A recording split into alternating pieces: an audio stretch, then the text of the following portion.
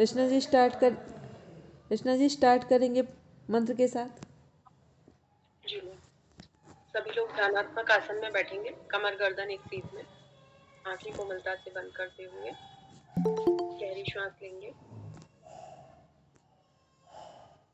श्वास पे पूरा ध्यान केंद्रित करते हुए गायत्री मंत्र का जाप करेंगे।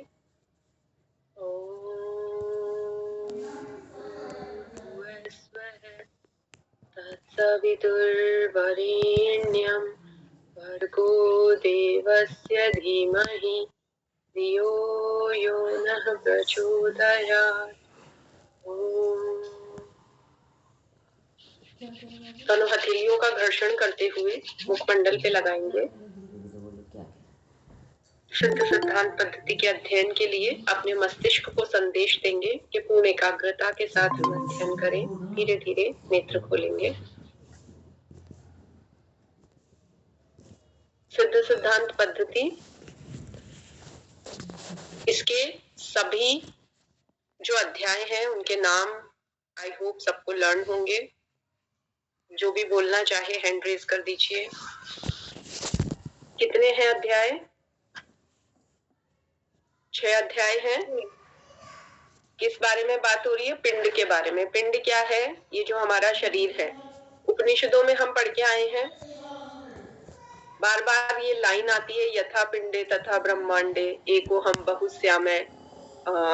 ये अभी अभी हमने उसमें भी पढ़ा था, कौन से उपनिषद में, कि जब परमात्मा की इच्छा हुई या स्फुरण हुआ, किसमें? अहंकार का स्फुरण हुआ, तो क्या बना? पिंड। अब उसमें क्या आई? सप्त धातुएं आई और सत्व रज तमस गुण आए, पंच प्राण, पंच उपप्राण, इन सबसे मिलके जो पिंड बनता है, बस वही अध्ययन है। बिल्कुल इसको इजी वे में समझेंगे कि पहला जो अध्याय है, अगर किसी को भी सीक्वेंस से नाम याद है तो आप डेफिनेटली बोल सकते हैं, हैंड रेज कर लीजिए, डायरेक्ट अनम्यूट करके बोल दीजिए। जिन्हें भी सीक्वेंस से प्रॉपर 6 नेम्स जो है ये 6 अध्यायों के वो याद हैं तो आप बोल सकते हैं। देखिए बिल्कुल सिस्टम से लर्न करेंगे तो हो जाएंगे ना। सबसे पहले किस बारे में बात हो रही है? पिंड की उत्पत्ति। जब उत्पत्ति होती है तभी तो कुछ होता है। अब मेरा नाम है जैसे रचना, तो जब रचना होगी तब कुछ आगे होगा ना। तो आप उत्पत्ति, रचना, कोई भी नाम लेके ऐसा लर्न कर लीजिए। तो पिंड क्या हुआ? पहले उत्पन्न हुआ, फिर जब उत्पन्न होगा तो उसका विचार किया जाएगा कि कैसे बना है, क्या क्या है इसमें, कहाँ पे क्या स्थित है, सारी जगह के नाम आएंगे। एनाटॉमी फिजियोलॉजी में भी कि जब बॉडी बनती है तो क्या क्या उसमें कौन कौन से ऑर्गन, सिस्टम्स, सारी चीजें होती है ना, तो उसके पूरे उसके ऊपर आपने विचार किया। फिर पिंड के बारे में। फिर पिंड संवित्ति, जानने वाला। संवित्त, संवित्ति 2 शब्द है, एक तो है जानना और एक जानने वाला। एक है कर्ता जो जानता है, यानी जो योगी है। अपनी देह के बारे में कौन विचार करेगा? देह को माध्यम बना के साधना कौन सिद्ध करेगा? जो योगी है, जो योग में स्थित है। और एक क्या है? जानने का काम है, एक्शन है। तो आप इंग्लिश ग्रामर के अकॉर्डिंग भी देखेंगे तो क्या है? Subject and action, main verb. Subject and action हो रहा है ना यहाँ पे। पिंड को जानना, तो अपने पिंड के बारे में जानना। जैसे हमें भी जिज्ञासा होती है कि डाइजेस्टिव सिस्टम कैसे काम करता है, सर्कुलेटरी कैसे काम करता है, रेस्पिरेटरी में क्या क्या है, हम पढ़ के आए हैं एनाटॉमी फिजियोलॉजी में। फिर आगे बात करें तो इस पिंड का आधार क्या है? आधार यानी बेस। इसका बेस क्या है? आधार की बात करेंगे। और फिर बात करेंगे पिंड समरस, पद समरस भाव या समरस भाव, शॉर्ट में भी आप लर्न कर सकते हैं। तो इसमें क्या होगा? आप अपने आप का तादात्म्य कहाँ करेंगे? यथा पिंडे तथा ब्रह्मांडे। तो हमारा अल्टीमेट गोल क्या है? ब्रह्म से एकाकार होना। तो ब्रह्म में और हम में क्या अंतर है, या इन दोनों को मिलाना है। अब आपने अद्वैत वेदांत भी पढ़ा, द्वैत भी पढ़ा, विशिष्टाद्वैत भी पढ़ा, क्या क्या पढ़ा उसमें? एक जो परमात्मा है वही जीवात्मा है, लेकिन जीवात्मा पे एक लेयर है। जब वो अज्ञान की लेयर हट जाती है तो वो जाके उससे मिल जाता है परमात्मा से, तो वो अद्वैत हो जाना है। एक चलता है द्वैताद्वैत, यानी द्वैत है लेकिन अज्ञान हटाने के बाद फिर अद्वैत हो गया। एक है विशिष्टाद्वैत, जो पुष्टि मार्ग है उसमें विशिष्टाद्वैत यानी speciality. I am like him but he is special, I am ordinary. तो विशिष्टाद्वैत हो गया वहां पे।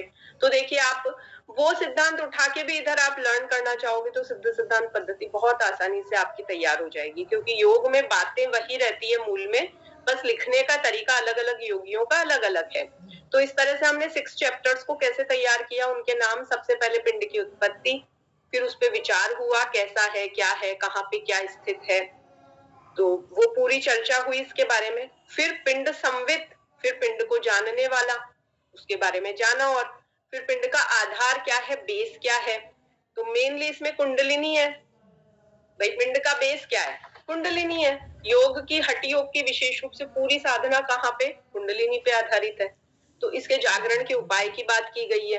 तो ये सारी बातें पिंड आधार में की गई है, जो हमारा चतुर्थ अध्याय है। फिर सीक्वेंस में आगे बढ़ेंगे तो समरस भाव करेंगे कि अगर 12 वर्ष की साधना हुई है और गुरु की कृपा मिल गई है तो क्या मिलेगा हमें, परम पद मिल जाएगा, जिसे बौद्ध धर्म में निर्वाण कहा है, कहीं पे जैन धर्म में कैवल्य कहा है, हमारे शास्त्रों में मोक्ष कहा है, जो आस्तिक दर्शन वाले शास्त्र उनमें मोक्ष कहा है, उसमें समाधि कहा है योग सूत्र में। तो नाम अलग अलग है, बात वही है। तो अब यहाँ समरस हो गया, यानी बिल्कुल एक जैसा रस हो गया, कुछ भी अलग नहीं रहा। और फिर अवधूत योगी जो छठा है, उसमें अवधूत योगी के लक्षण बताए गए हैं। तो अब ये नेम्स आई थिंक सबको लर्न है, एक बार सब मन में बोल के देखिए। सबसे पहले क्या हुआ, पिंड की उत्पत्ति हुई, ठीक है। उत्पत्ति होने के बाद पिंड के ऊपर विचार किया गया कि भाई इसमें है क्या क्या पिंड में, ये तो बताइए। तो 9 चक्र है, ठीक है, उनके स्थान है, 16 आधार है, 3 लक्ष्य है, व्योम पंचक है यानी 5 प्रकार के व्योम है, और अष्टांग योग है। इन सब का जब अध्ययन किया तो हमने पिंड पे पूरा विचार विमर्श कर लिया, ठीक है। उसके बाद पिंड संवित, अब पिंड को जानने की बारी आई। जैसे एनाटॉमी जान लेते हैं तो फिर फिजियोलॉजी की तरफ बढ़ते हैं ना, तो हमने फिर जब पिंड पे विचार कर लिया तो अब हम पिंड को और तत्वतः जानने की तरफ बढ़ रहे हैं। फिर चौथे अध्याय में हमने पिंड का आधार पता किया, बेस क्या है, तो हमें पता लगा कुंडलिनी इसका आधार है। कुंडलिनी के बारे में पता लग गया, वो जाग गई तो फिर सब कुछ संभव है। फिर पिंड का हमने समरस कर दिया, एक रस, एक तांता कर दी, कुछ भी अलग नहीं रहा। अब जाके हम मिल गए हैं परम तत्व से। और फिर अवधूत योगी की बात आ गई है। तो ये 6 अध्यायों के नाम, इनकी बेसिक कंसेप्ट, और ये हम उस दिन सारा कुछ पढ़ ही चुके थे। मैम ने बताया था किसके द्वारा विरचित है, गोरक्षनाथ जी। कहाँ से प्रारंभ है, आदिनाथ भगवान को नमस्कार किया है। अंड और पिंड नित्य है, इनकी कोई अलग से उत्पत्ति नहीं है, लेकिन क्योंकि साधारण लोग समझ नहीं पाते, बार बार पूछते हैं क्या है क्या है, तो चलिए ये बताया गया है। तो 6 भागों में इसको विभाजित कर दिया। ये नाम हम सब लर्न कर चुके हैं। अभी भी नहीं है, 2 मिनट आप सब लीजिए। हाँ सीमा मैम बोलिए। रचना जी, आप ये बात समझ में नहीं है, ये तब समझ में आ गया। पिंड और अंड की बात, जो नित्य है इससे क्या समझ में, क्या मतलब है? यानी हमेशा रहने वाला, इटर्नल। एक शब्द है शाश्वत। शाश्वत शब्द सुना हिंदी में? नहीं, मैंने तो नहीं सुना। अच्छा, इंग्लिश में परमानेंट सुना? हाँ, यस, इटर्नल। हाँ। एक और शब्द इमोर्टल, IMMORTAL, इमोर्टल। अच्छा, ये नहीं सुना मैंने। ये हमारे मोर्टल तो, चलिए मैं बताती हूँ, एक बार आप म्यूट कीजिए क्योंकि रिसाउंड हो रहा है।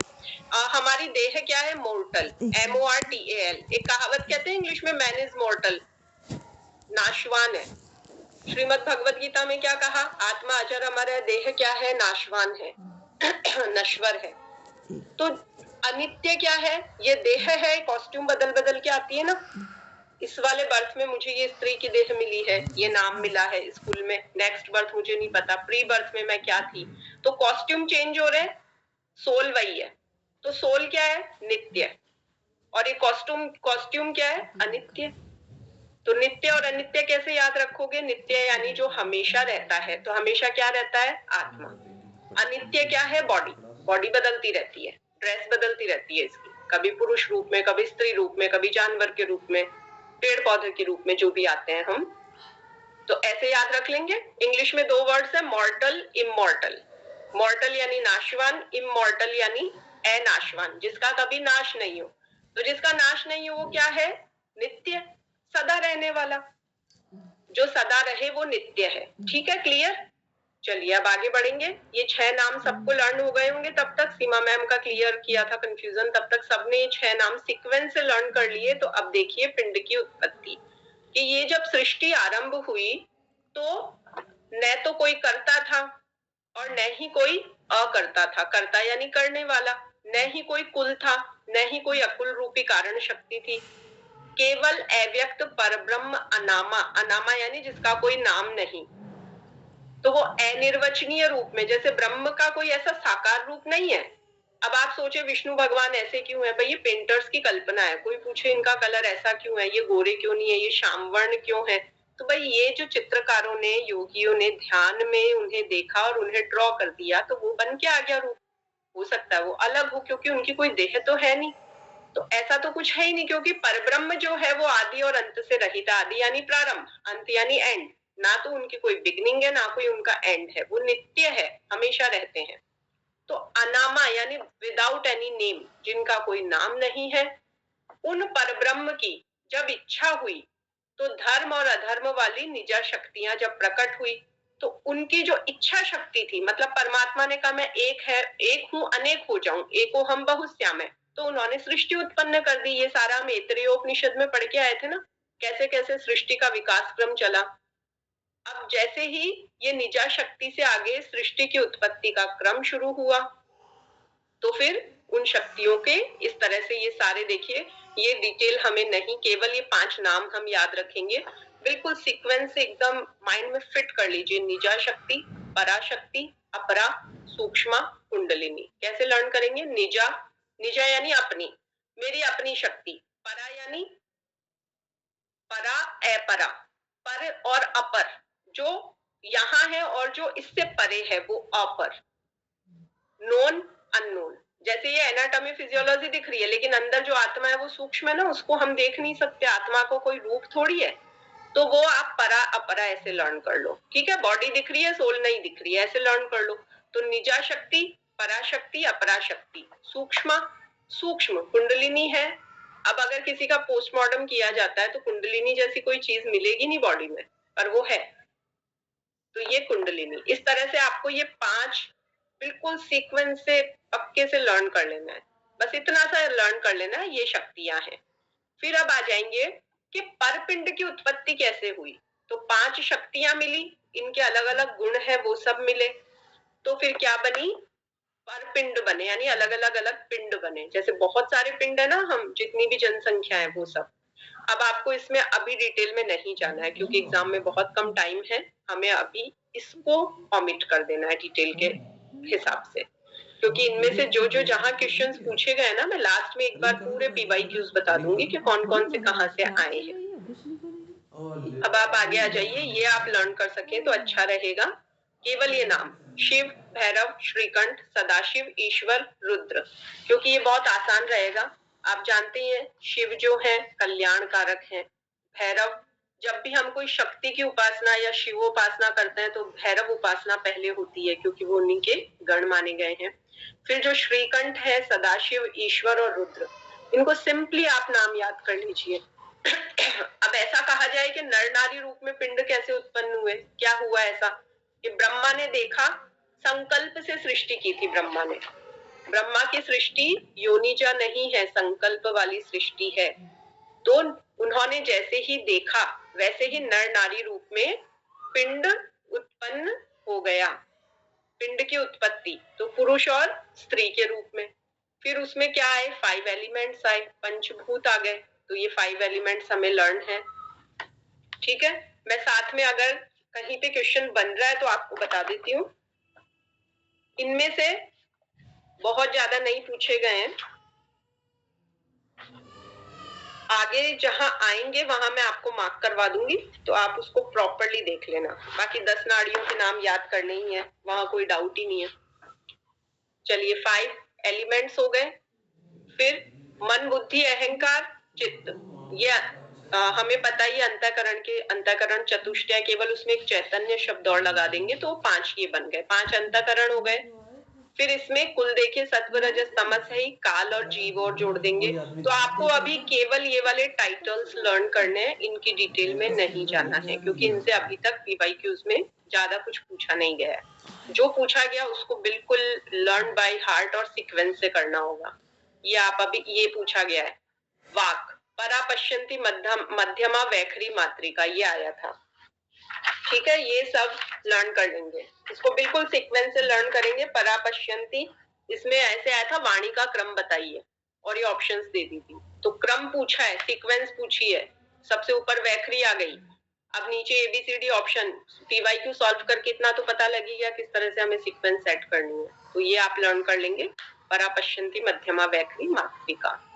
फिर इसके प्रत्यक्ष करण देखेंगे, कर्म काम चंद्र सूर्य अग्नि। अभी इसको डिटेल से ज्यादा नहीं करना है, ये कर लेना, ये जरूर करनी है।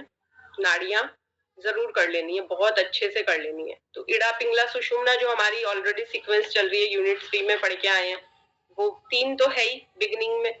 फिर इसमें सरस्वती पूषा, अलम्बुसा, गांधारी, हस्ती जिह्वा, कुहू और शंखनी, वही 10 नाड़ियां, थोड़ी सी सीक्वेंस अलग है, ये लर्न बाय हार्ट करनी है। देयर इजंट एनी चॉइस, ये तो करनी ही है। ये वायु के नाम, ये सबको लर्न है। पंच प्राण और पंच उप प्राण वो सेम आ रहे हैं, कुछ भी अलग नहीं है, इनको लर्न बाय हार्ट कर लेना है। अब जो 10 प्राण है, इनसे नर और नारी रूप में पिंड की उत्पत्ति हुई। अब देखिए ये सिंपली एक बहुत इजी सी बात है, आप सांख्य दर्शन पढ़ेंगे महर्षि कपिल का, तो उसमें भी ये चीजें आएगी कि प्रथम दिन क्या हुआ था। जब भी कोई नई सृष्टि आती है, पुरुष और स्त्री का जब मिलन होता है, तो सबसे पहले कलल की उत्पत्ति होती है, फिर वो बुदबुद बनता है छोटे से बुलबुले के रूप में। तो जो सीमन एंड जो है रज, वो लिक्विड फॉर्म में ही है। फिर वो बुदबुदे में आए, फिर आधा महीना यानी जब 15 डेज हुए, तब वो गोलाकार पिंड बनता है, वो छोटा छोटा एक कठोर पिंड बनता है। फिर उसके बाद जब 2 महीने होते हैं, तब उसका शिरोभाग होता है। और फिर ये ट्राइमीटर डायमीटर, ये सब आपको पता ही है। हम सब इस सृजन प्रक्रिया से गुजरे हैं, तो इसमें जो सोनोग्राफी भी होती है डायमीटर ट्राइमीटर वाली, तो उसमें पूरे जो अंग दिखते हैं।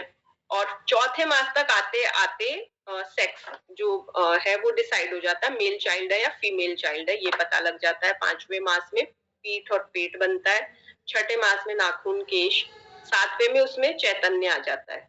ठीक है, 6 वीक्स में आई थिंक धड़कन आ जाती है। सीमा मैम ऐसा ही बोलते हैं ना, 6 वीक्स में फिर डॉक्टर कंफर्म कर देते हैं धड़कन आ गई। हाँ, जब ग्रंथ कह रहे हैं तो बिल्कुल सही बात ही है। तो ये सारी चीजें देखिए, ग्रंथ भी कह रहे हैं, हम पढ़ते हैं प्रैक्टिकली, हमने भी तो हम उस दौर से गुजरे हैं लकीली।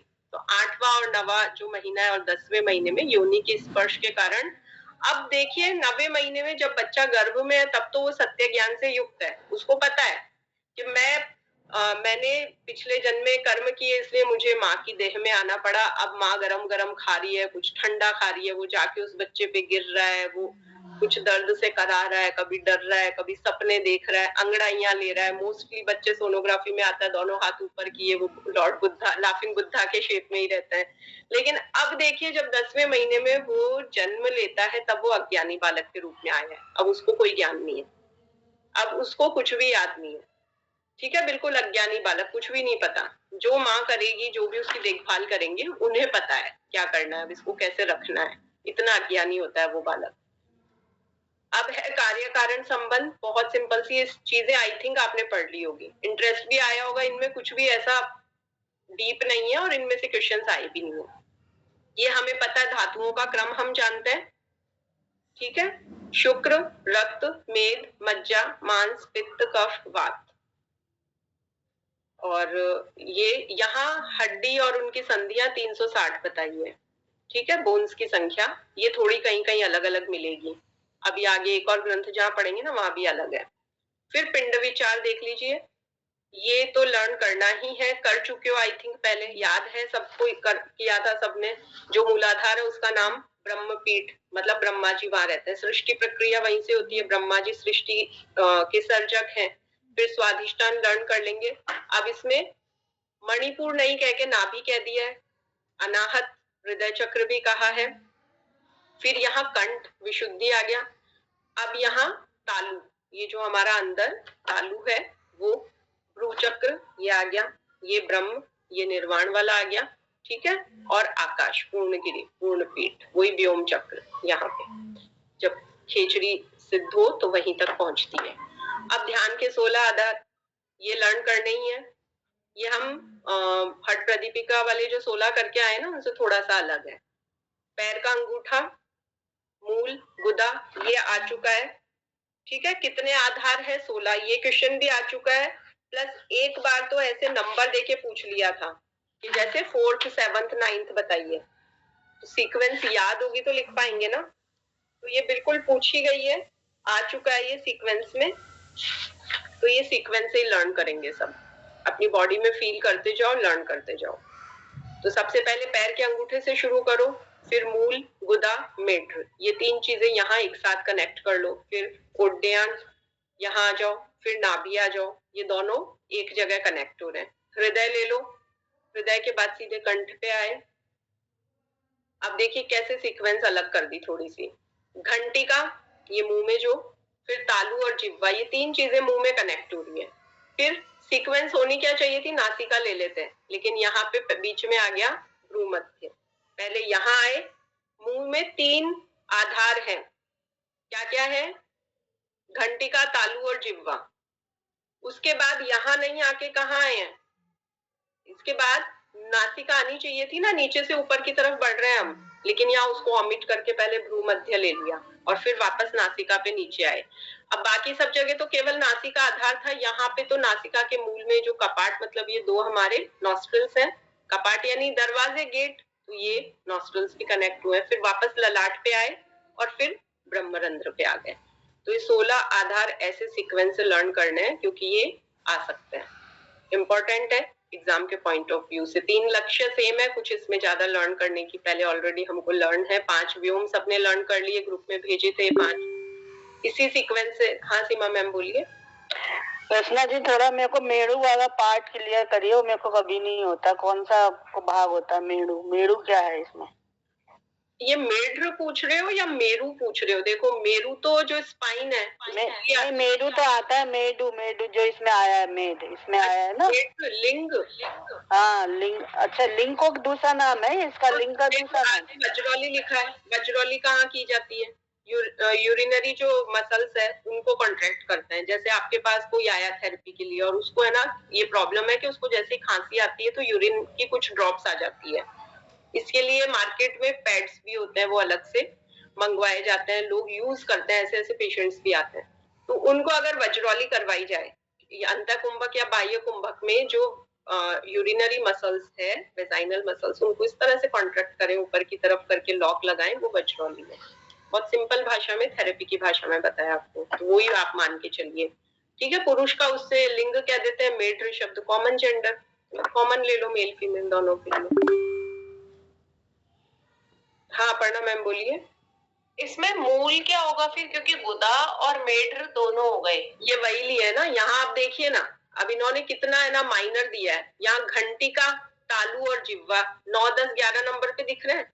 हाँ वो तो मुझे क्लियर हो गया, घंटिका, तालु और जिह्वा समझ आ गया।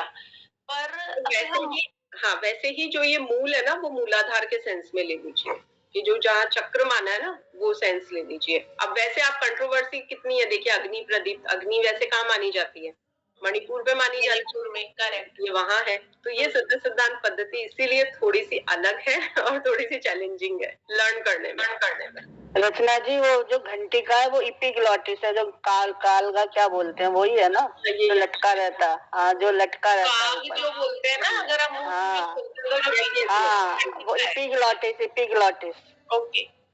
अब ये 5 व्योम है, ये बिल्कुल सीक्वेंस से लर्न कर लेंगे सब। ये भी सीक्वेंस पूछी जा सकती है, ठीक है। आकाश, पराकाश, महाकाश, तत्वाकाश, सूर्याकाश। तो अब ये पूछा कि योगी कौन है, डेफिनेशन दो, या कौन योगी नहीं है, नाम का योगी कौन है, कि केवल नाम का योगी, एक्चुअलिटी कुछ नहीं है।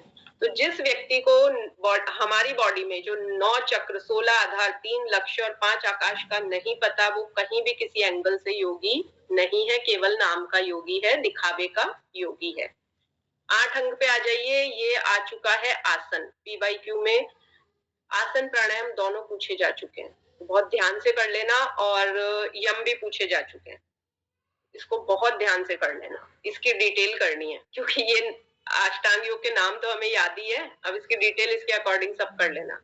तो इसमें आई थिंक कुछ भी टिपिकल नहीं है, आप लोगों ने पढ़ाई होगा, परसों ही शेयर हो गया था PDF। अगर पढ़ा कहीं कोई प्रॉब्लम है तो आप पूछ सकते हैं, अदरवाइज वी वुड प्रोसीड, क्योंकि पूरे 6 अध्याय पढ़ने हैं हमें। ठीक है, एक बार और ध्यान से पढ़ लेना, क्योंकि ये आ चुके हैं। मैं वापस कह रही हूँ, यम आ चुका है, आसन आ चुका है, प्राणायाम आ चुका है। 3 ही है, देखिए आसन में याद रख लेना, सीक्वेंस भी याद रख लेना। इसमें जो हमारा वो था संघट क्या है, मेलन जो है,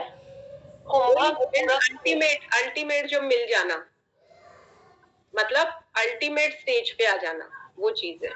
मतलब जब 3 सिद्ध हो गए तो फिर उसका परिणाम क्या होगा, आउटकम क्या होगा। मेलन हो गया, जैसे खेचड़ी मेलन पढ़ा था ना, एक तो खेचड़ी लगाना, और एक बिल्कुल जिसकी सिद्ध हो चुकी है, जिस योगी की खेचड़ी की, अब उसको उस पर कोई मेहनत करनी नहीं, ऑटोमेटिकली। जैसे सहित केवल होता है ना, जब सहित पूरा सिद्ध हो गया तो केवल ऑटोमेटिकली होता है, फिर उसमें उसको एफर्ट नहीं करने पड़ते योगी को बाहर से, वो बात है यहाँ पे।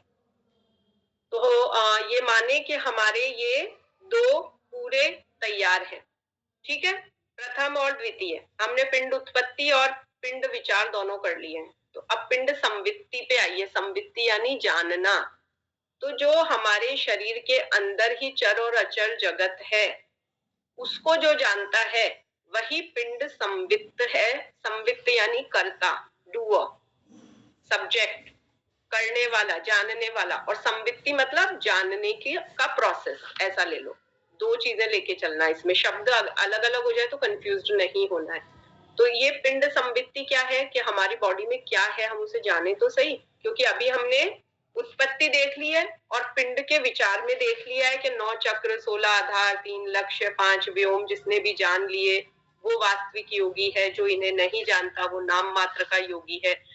अब इन बेसिक चीजों को जानने के बाद जब आगे बढ़ेंगे तो पिंड संवित है। अब ये बताया कि संपूर्ण विश्व को अगर शरीर के साथ संबंधित करें तो क्या होगा। कहते हैं यथा पिंडे तथा ब्रह्मांडे। जैसे किसी को योगी से पूछते हैं आप घूमने क्यों नहीं जाते इधर उधर, तो बोले मुझे कहीं घूमने की क्या जरूरत है, मेरे शरीर में ही मैं सब कुछ देख लेता हूँ, मेरे शरीर में ही मुझे सब दिख जाता है। अगर मैंने मेरे शरीर को जान लिया तो सब पता लग गया। रामकृष्ण परमहंस जी कहीं नहीं जाते थे, कोई यात्राएं नहीं करते थे। वो कहते थे जिसे ढेले का ज्ञान हो गया उसने सारी मिट्टी जान ली। एक ढेला अगर लेके स्टडी कर लिया तो सारी मिट्टी पता है। तो कहा मैं अगर यहाँ काली मंदिर हूँ, खुद को जान लिया, तो अब मुझे कहीं घूमने जाने की जरूरत ही नहीं है। उन्होंने कभी कोई यात्राएं नहीं की। अब देखिए कि विश्व का आधार कछुए का स्थान शरीर के पैर के तलवों में होता है। हमारे पांव के तलवे हमारे पूरे शरीर का बोझ लेते हैं ना, तो वैसे ही कछुआ क्या है, एक आधार है और बहुत मजबूत आधार है, और इसने पूरी बॉडी को थाम रखा है। अब 7 पाताल देखिए।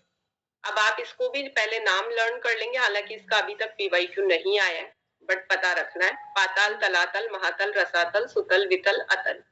अब इसमें जगह देखते जाइए, पैर के अंगूठे से शुरू करो। भाई पाताल क्या होता है, भूमि के नीचे। अभी जिस पृथ्वी पे हम रह रहे हैं उसके नीचे भी ये 7 पार्ट है। आपने अहिरावण की कथा सुनी होगी, राजा बलि की सुनी होगी। जब वामन भगवान आए, बलि से उन्होंने क्या मांगा कि मैं 3 पांव रखूंगा, इतनी भूमि चाहिए। बोले ले लो। तो पहला पांव रखा तो पूरी पृथ्वी नाप ली, दूसरा रखा तो आकाश नाप लिया, और तीसरे में कहाँ रखूं, तो कहा मेरे सिर पे रखिए। बलि के सिर पे रखा। अब क्या आदेश है महाराज, तो कहा अब तुम नीचे जाओ, अब तुम पाताल में राज करो। तो बलि को उन्होंने पाताल में भेज दिया था। तो वहां पे भी अब ये पार्ट है सारे अलग अलग। हनुमान जी जब अहिरावण राम भगवान लक्ष्मण जी को ले गया था, तो हनुमान जी वहां जाके लेके आए थे पाताल में। अब ये पाताल के पार्ट आप अपने पांव पे खुद फील करके देखिए। अंगूठे से शुरू करना, फिर अंगूठे के आगे का हिस्सा, फिर पैर का थोड़ा ऊपर आइए, फिर आप आएंगे अपने टखने पे, जो एंकल है ना, जिसे गुल्फ कहते हैं, जहाँ हम पायल पहनते हैं। फिर आप अपनी पिंडली पे आइए, फिर घुटने पे आइए और थाइस पे आइए। ये नीचे का पाताल है। आज से अपने पाँव को क्या कहोगे, भाई ये हमारा पाताल है। ये मत कहो ये हमारी लेग्स है, लेग्स के पार्ट है। ऐसे कहो 7 पाताल है, पाताल के 7 भाग है। अपनी बॉडी में हम फील करना शुरू कर देंगे तो हमें लर्न हो जाएगा। ठीक है। अब 21 ब्रह्मांड पे आइए, ये लर्न करना बहुत जरूरी है। इसके जो फर्स्ट 4 या 5 है उसके देवता इंद्र है। फर्स्ट 4 के देवता इंद्र है और बाकी जो नीचे है 5 से लेके 21 तक उनके देवता ब्रह्मा जी है। तो देवता तो बहुत इजीली लर्न हो गए सबको। अब बॉडी में फील करते चलो, गुदा, लिंग, नाभि, ये यहाँ बीच का पाताल देख के आ गए। अब उससे आगे की सीक्वेंस अगर ले रहे हो 21 ब्रह्मांड की, तो गुदा से शुरू करेंगे, लिंग, नाभि लिया, फिर मेरुदंड का मूल लिया, वहां मह का स्थान है, जन है, तप है, सत्य। अब मूलाधार चक्र पे जब आए हैं तब सत्य से शुरू किया। फिर ये मान लीजिए हमारी जो कुक्षी है, पेट है, वहां विष्णु भगवान का स्थान है, रुद्र हमारे हृदय में रहते हैं, ईश्वर हमारे वक्षस्थल में रहते हैं। तो हृदय एक छोटा पार्ट हुआ, वक्षस्थल पूरा कवर हो गया, तो वहां ईश्वर रहते हैं। सदाशिव हमारे कंठ के मूल में रहते हैं, यहाँ कंठ का मध्य है, सेंटर है, वहां नीलकंठ रहते हैं। शिव जी ने जब वो विषपान किया तो नीलकंठ यहाँ हुआ ना उनका। फिर शिव हमारे तालू के द्वार पे रहते हैं, भैरव हमारे लंबिका के मूल में रहते हैं, रूट। और लंबिका का जो मध्य है, सेंटर पॉइंट है, वहां महासिद्ध रहते हैं। ललाट के मध्य में अनादि। हमारी जो आईब्रोज है वहां पे कुल, अकुलेश, शंख नाड़ी के ऊपर नलिनी नाम का स्थान है, परब्रह्म। अब ये जगह याद ना हो, केवल ये सीक्वेंस लर्न करके ये 21 नाम याद कर लीजिए आधारों के, इतना भी काफी है। वर्ण पढ़ के आए हैं हम, कोई डाउट ही नहीं है। ब्राह्मण, क्षत्रिय, वैश्य, शूद्र, इनके काम भी हमें पता है चारों के। अब आ जाइए द्वीप पे। हम कहाँ रहते हैं? जम्बू द्वीप में। लव कुश की वो पार्ट देखा था, उत्तर रामायण। जम्बू द्वीपे भारत वर्षे आर्यावर्ते भारत खंडे एक नगरी है विख्यात अयोध्या नाम की। याद आया वो गाना? कितना प्यारा सा दोनों बच्चों ने गाया था, हम कथा सुनाते राम सकल गुण धाम की। उसमें जम्बू द्वीप से शुरू किया। ये आद्या को याद है, बहुत गाती रहती है दिन भर, तो उसको मुझे लर्न करवा देगी। जम्बू द्वीपे आर्यावर्ते भारत खंडे। तो जम्बू द्वीप है, शरीर में स्थान मज्जा, ये ना भी याद हो, केवल ये 7 याद कर लेना।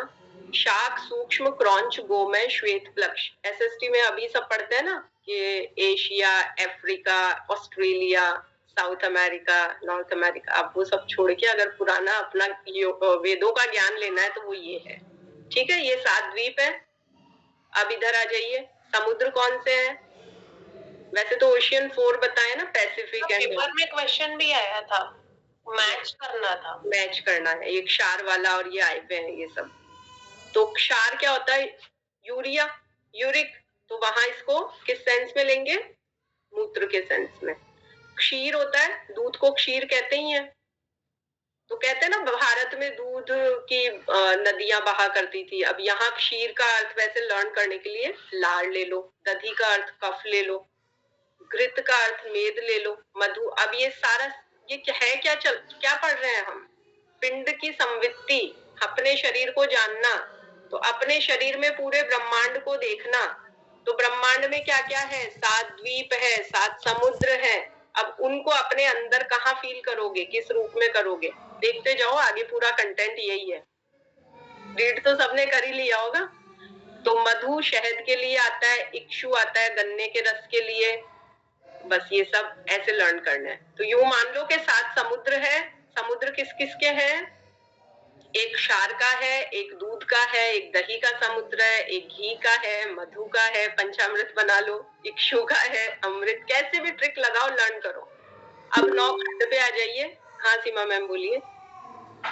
रचना जी, घृत तो घी को कहते हैं ना शायद? हाँ, घृत घी को कहते हैं ना। ये 4 नंबर पे जो घृत है। तो मैंने बताया पंचामृत बना लो। पंचामृत बनाते हो घर पे तो क्या क्या डालते हैं उसमें? यही 5 चीजें होती है ना। इसमें शर्करा नहीं है। तो इसमें मेड क्यों लिखा है? अच्छा, उसको रिलेट किया है ना। रिलेट ऐसे ही होगा। ये सिद्ध सिद्धांत पद्धति। अब गोरक्षनाथ जी हैं, उन्होंने कैसे अपने पिंड में पूरे ब्रह्मांड को देखा, वो देखिए आप। तो पंचामृत में जो शर्करा डलती है वो किससे बनती है? इक्षु, गन्ने के रस से ही तो चीनी बनती है। तो इक्षु आ गया। तो जब पंचामृत बनाया तो अमृत अपने आप ही हो गया। अब 9 खंड देख लीजिए। हमारे जम्बू द्वीप के खंड हुए तो भारत, कर्पूर खंड, कश्मीर खंड, कश्यप मीर, काश्यप का संधि विच्छेद होता है कश्यप, कश्यप ऋषि ने वहां तपस्या की थी, मीर यानी वहां एक झील थी, इसलिए उनके नाम पे कश्मीर हो गया। कश्यप मीर का पुराना नया नाम कश्मीर है। श्रीखंड, शंख, एकपाद, गांधार, जहाँ की गांधारी थी दुर्योधन की मदर, गांधार प्रदेश से, कैवर्त और महामेरु, ये पाकिस्तान के उधर, अभी प्रेजेंटली उधर बांग्लादेश पाकिस्तान के एरिया में चला गया है। अब ये 9 नाड़ियों में 9 नदियों की स्थिति, पीनस, गंगा, यमुना, चंद्रभागा, सरस्वती, विपाशा, शतरुद्रा, श्रीरात्रि, नर्मदा। अभी तक इनकी सीक्वेंस नहीं आई है, बट हो सकता है इस बार आ जाए। We must be careful about it. अब पर्वत देख लीजिए, मेरू, कैलाश, हिमालय, मलय, मंदर, विंध्य, मैनाक। मैनाक तो सुंदरकांड में पढ़ा होगा ना, तय मैनाक हो ही श्रमहारी। मैनाक ने कहा भाई आओ हनुमान जी थोड़ा आराम कर लो, विश्राम कर लो, फिर आगे चले जाना। अब ये पार्ट्स देख लीजिए बॉडी के, अभी तक तो नहीं आए हैं, किसी को डिटेल में लर्न करने का मन हो तो कर लो, बाकी इतना टाइम है नहीं, तो हम केवल नाम भी याद रख ले तो काफी है।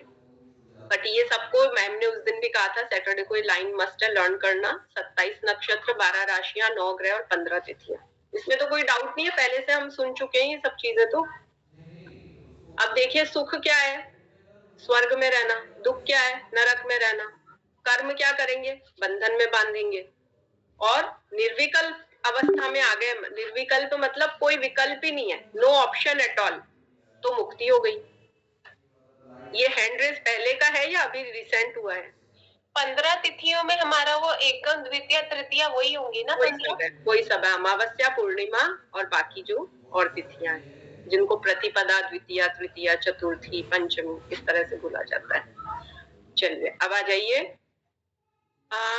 ये मैं जितना समझ पा रही हूँ एक विराट पुरुष है, और उनका जो अगर उनका बॉडीली फॉर्म देखा जाए, इसको मैम से और हम कंफर्म कर लेंगे, तो शरीर में उनकी अवस्थिति क्या होगी कि विराट पुरुष जितने भी मुनि हैं वो सब उनकी कांख के यानी यहाँ अंडर आर्म्स के रोम है।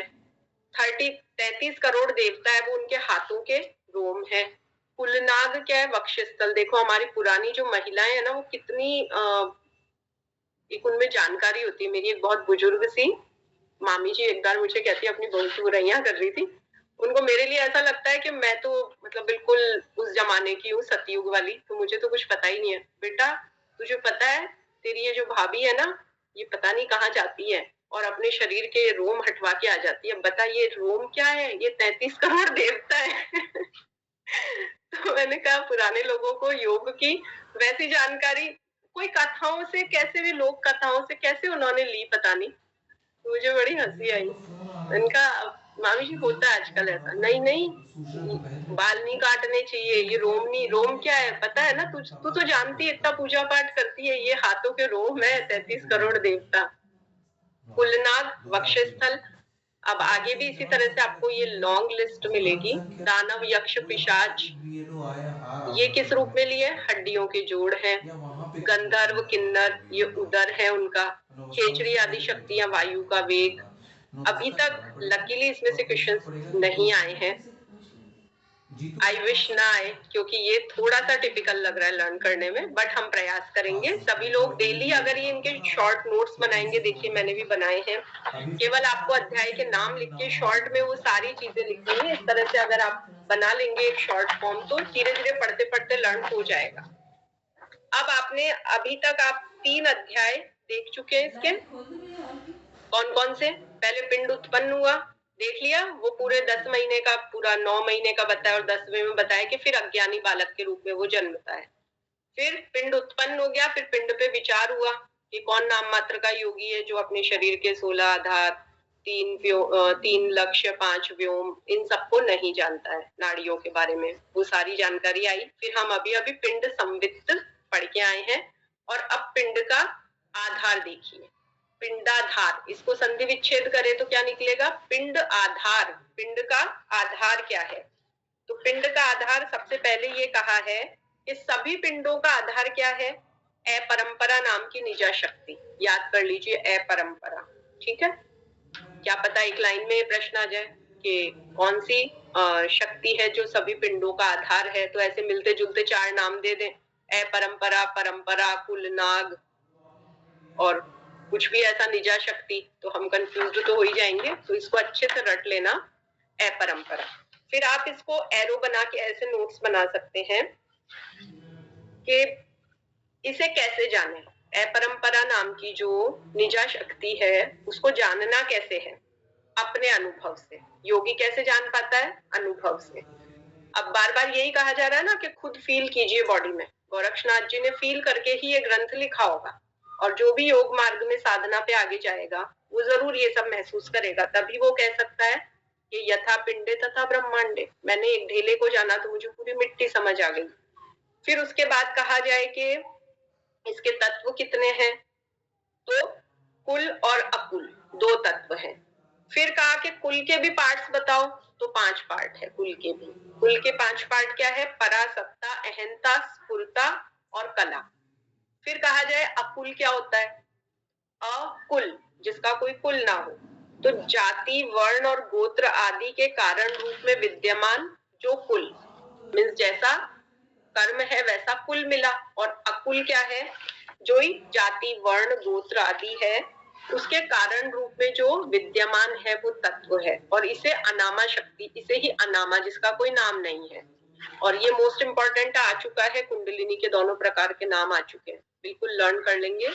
प्रबुद्धा, अप्रबुद्धा, और शक्ति के 3 प्रकार, ये 3 नाम लर्न कर लेंगे। अब आ जाइए पिंड और पद का समरसकरण।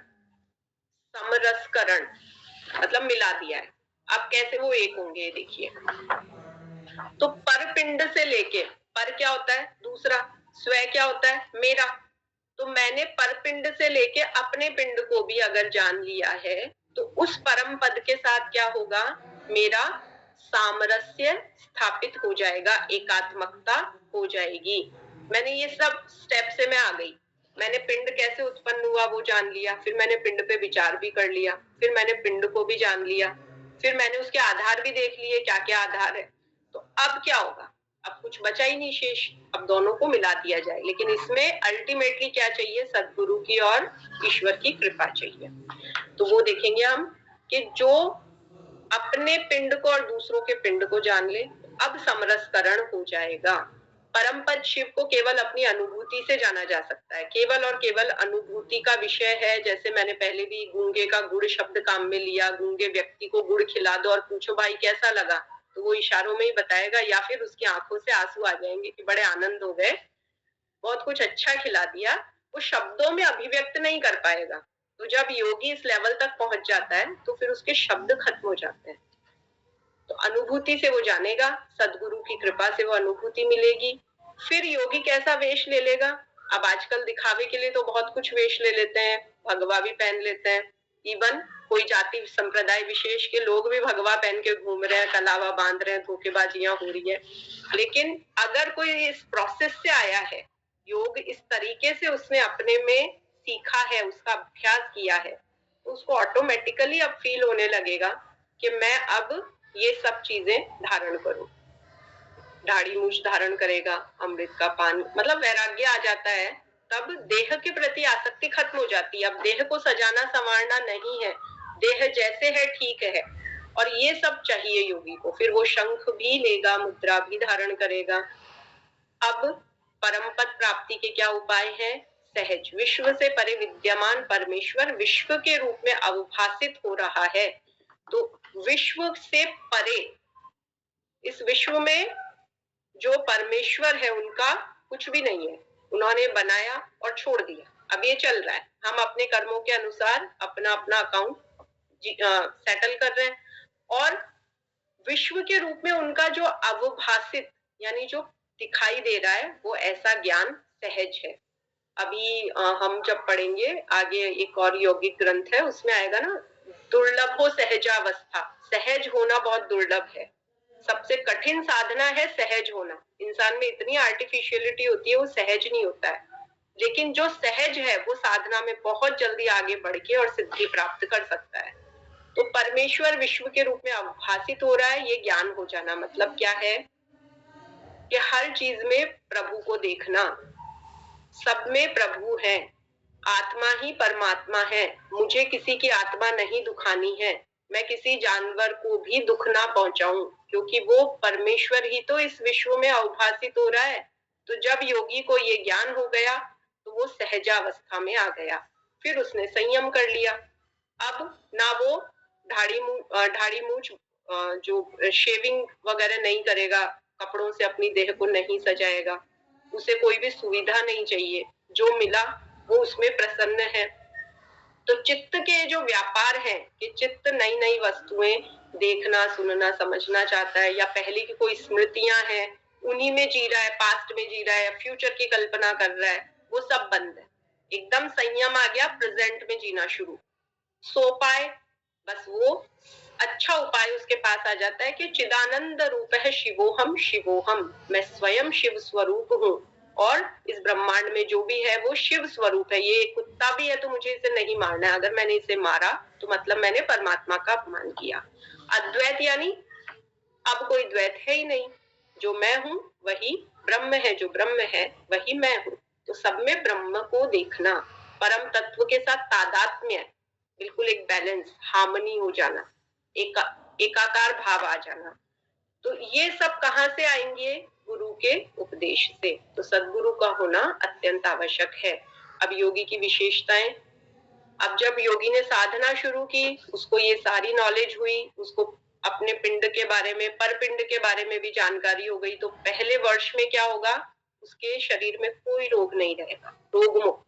दूसरे में कृतार्थ होना, उसमें एक ऐसी फीलिंग होगी कि वो कृतार्थ होगा हर चीज के लिए, और सब शास्त्रों का उसको ज्ञान होने लगेगा। तीसरे वर्ष में उसका शरीर दिव्य डिवाइन हो जाएगा। वो जब साधना करेगा तो कोई भी, जैसे अपनी मठिका में बैठा है तो कोई सर्प आदि जंतु अगर उसके पास भी आ गए तो वो सूंघ के निकल जाएंगे, उसको नुकसान नहीं पहुंचाएंगे। चौथे में जैसे खेचड़ी सिद्ध हो जाती है, 21 दिन तक भूख प्यास नहीं लगती, तो उसमें तो इतनी सिद्धि आ जाएगी चौथे वर्ष में कि भूख प्यास समाप्ति हो जाएगी, बिल्कुल नहीं लगेगी। पांचवें वर्ष में क्या होगा? वाक सिद्धि, किसी के लिए कुछ गलती से अनायास भी निकल गया तो वो सिद्ध हो जाएगा कि जा तू ये बन जा। जैसे उस दिन मैम ने बताया था कि एक बर्तन मांजने वाली को जब गुरुजी ने ऐसा बोला कि तुम डॉक्टर बनोगी, तो वो वाक सिद्धि थी उनको, तो सिद्ध होके रहा कैसे भी। पर शरीर प्रवेश, दूसरों की काया में प्रवेश करना, मीन्स बॉडी से आत्मा निकाली, दूसरे के शरीर में प्रवेश किया, जो काम करना है वो किया और वापस आ गए। छठे वर्ष में अस्त्र और शस्त्र काट नहीं सकते, कोई कैसी भी कोशिश करे बॉडी को कोई नुकसान नहीं होगा। सातवें में वायु के समान वेग होगा, दूरदर्शी होगा, आगे के 10 साल बाद क्या होने वाला वो बता सकते हैं, पृथ्वी का त्याग कर देगा वो।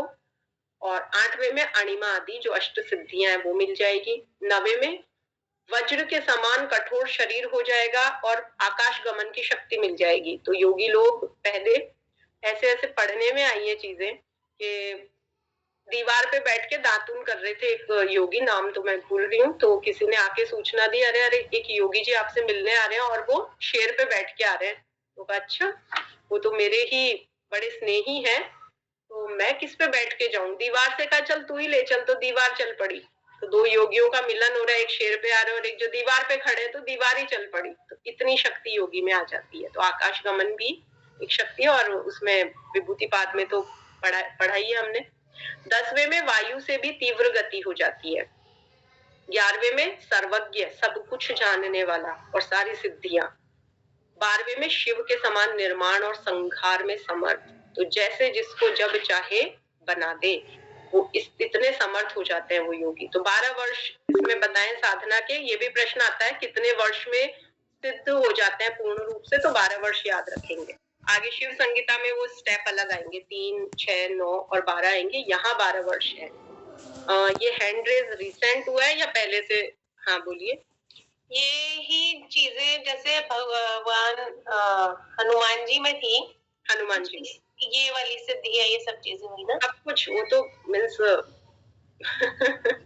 अभी जैसे आद्या कहती है महाराणा प्रताप के लिए कि मम्मा ये राष्ट्रपति के साथ जो है वो कमांडोज को बहुत ध्यान से देखती है। लेकिन एक बात कहूँ, जो महाराणा प्रताप है ना, वो ये जितने भी कमांडो है सबके दाजी राज है। मैंने कहा बिल्कुल वो दाजी राज है। तो वैसे हनुमान जी, फिर कहती है हनुमान जी तो महाराणा प्रताप के भी दाजीराज तो हनुमान जी हुए। मैंने कहा वो है तो फिर कुछ है ही नहीं कमी। चलिए, गुरुकुल संतान की 5 परंपरा, आई बिलेश्वर, विभूतिनाथ, योगेश्वर, बिल्कुल सीक्वेंस से लर्न कर लेंगे। 5 एलिमेंट से इनको कनेक्ट कर लेंगे। अब आपको ये कैसे लर्न करना है देखिए, मराठी में माँ को आई कहते हैं, पृथ्वी हमारी माँ है तो वो आई हो गई।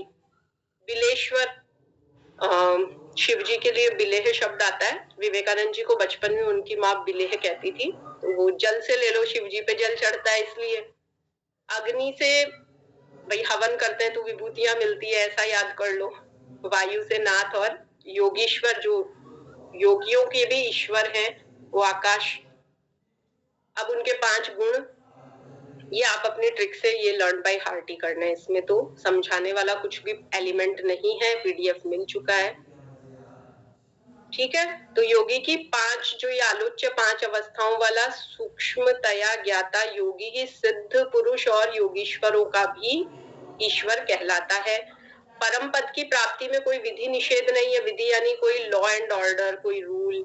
निषेध यानी कोई मनाही, नेगेशन, कोई फाउंडेशन, कुछ भी नहीं है। गुरु प्रसाद से परम पद मिलता है, और परम पद को क्या कहते हैं? निरुत्थान का पद कहते हैं। अब आगे आ जाइए, छठा अध्याय, अंतिम, अवधूत योगी के लक्षण। अब वो योगी नहीं, अब अवधूत शब्द लग गया है। धू या कंपने धातु है जिससे अवधूत शब्द बना है। तो अब देखेंगे ये क्या है।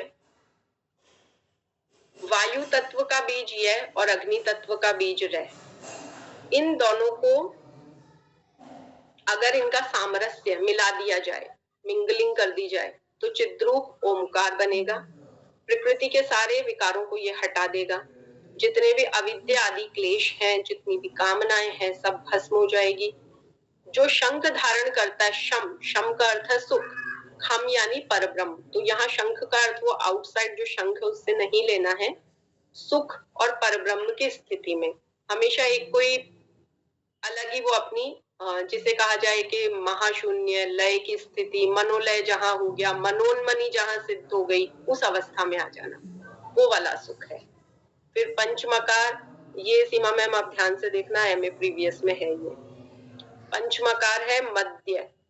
अब इसको जो बाद में वाम मार्ग आया ना, उसमें इसको बहुत विकृत अर्थ कर दिया कि ये 5 चीजों का खुल के प्रयोग करो, ऐसा मानने लग गए, जबकि ऐसा नहीं है। मध्य यानी मद, मुद्रा यानी मति, बुद्धि, मीन यानी माया, मानस यानी मन, इन सब पे नियंत्रण। और फिर मैथुन मतलब प्राण और अपान को मिला देना।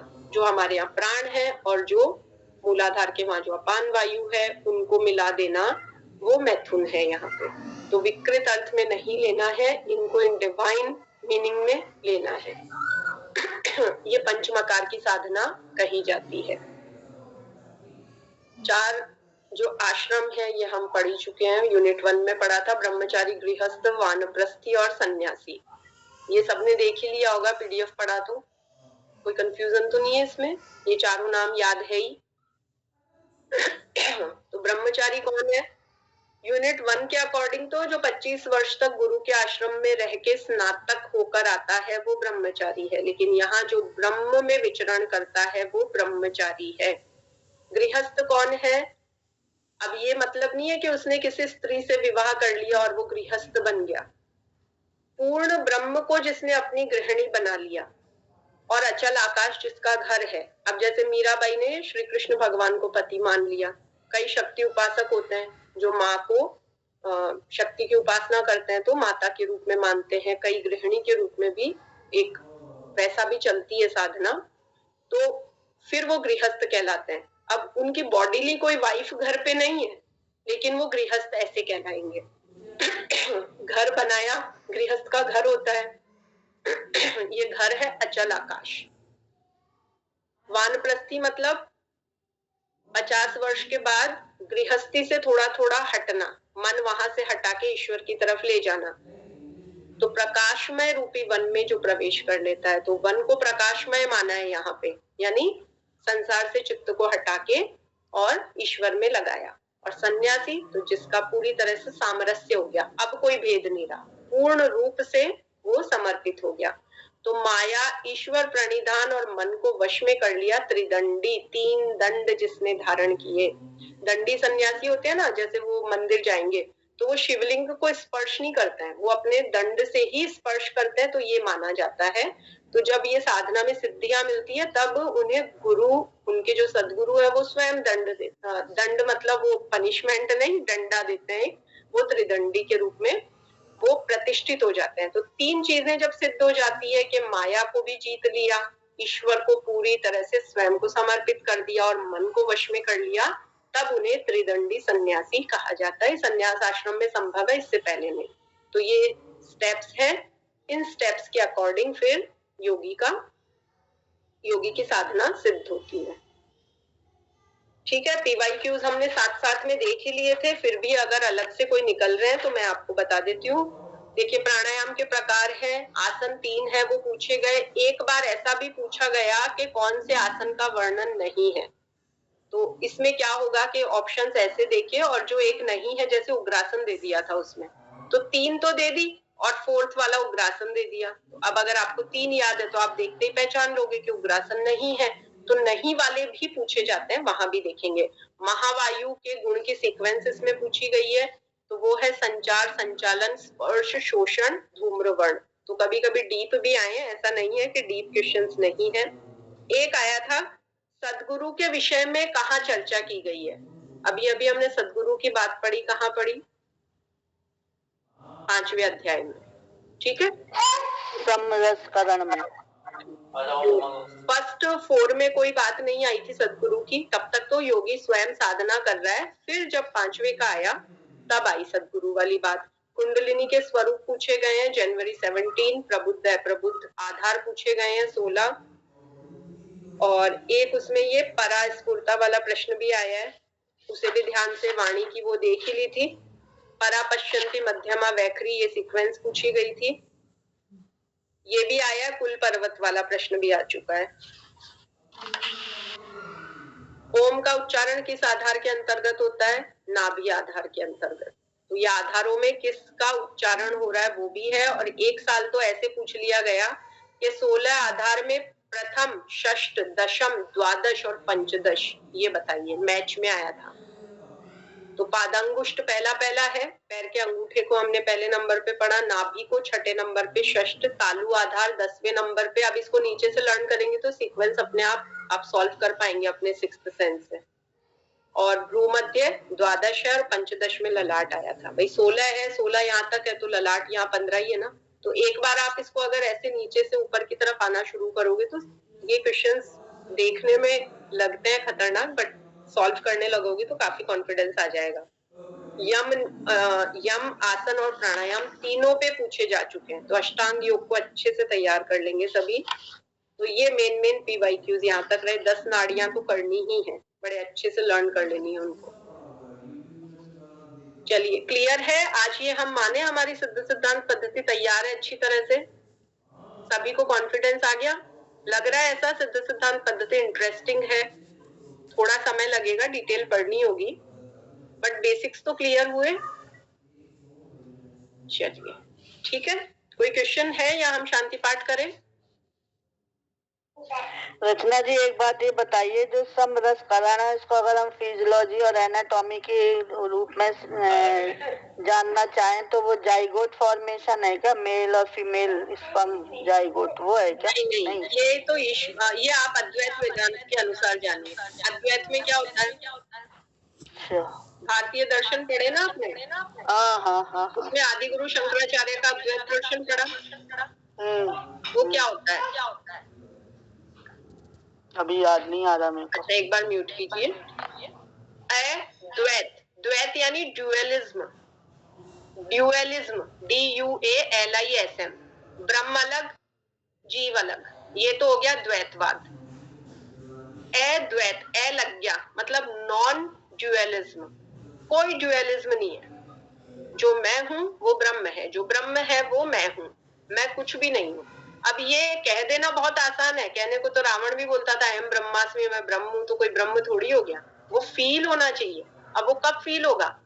जब मैं अपनी देह से परे बाकी सब में उस परमात्मा को देखने लगूं, कि एक कुत्ते को भी अगर कोई दर्द है तो वो मैं खुद में फील कर पाऊं। तो इसका मतलब हम अद्वैत महसूस कर रहे हैं, हम उसमें भी ब्रह्म को देख रहे हैं।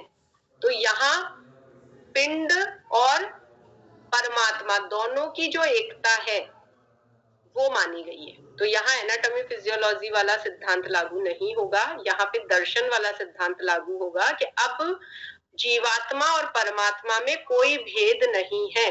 आदि गुरु शंकराचार्य ने एक स्तोत्र लिखा, मनोबुद्धि चित्त अहंकार नाहम। मैं तो कुछ भी नहीं हूँ, मैं देह नहीं हूँ, मैं अंतःकरण नहीं हूँ, मैं मन नहीं हूँ, मैं इंद्रिया नहीं हूँ। चिदानंद रूप है शिवोहम शिवोहम, मैं वो चिदानंद रूप शिव हूँ, शिव हूँ।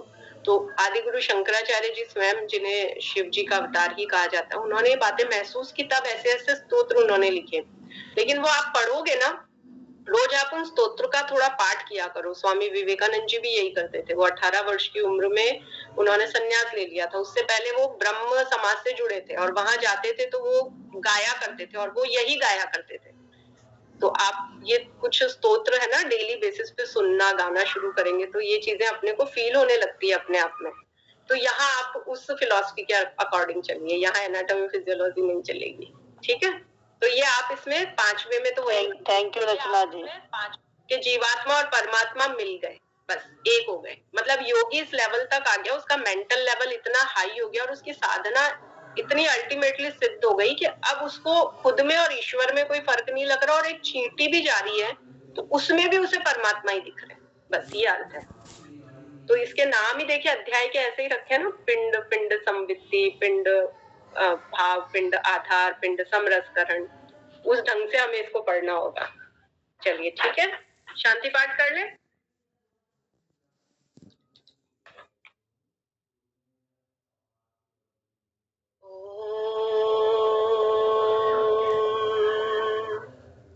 पूर्णमदं पूर्णमिदं पूर्णात् पूर्णमुदच्यते पूर्णस्य पूर्णमादाय पूर्णमेवावशिष्यते।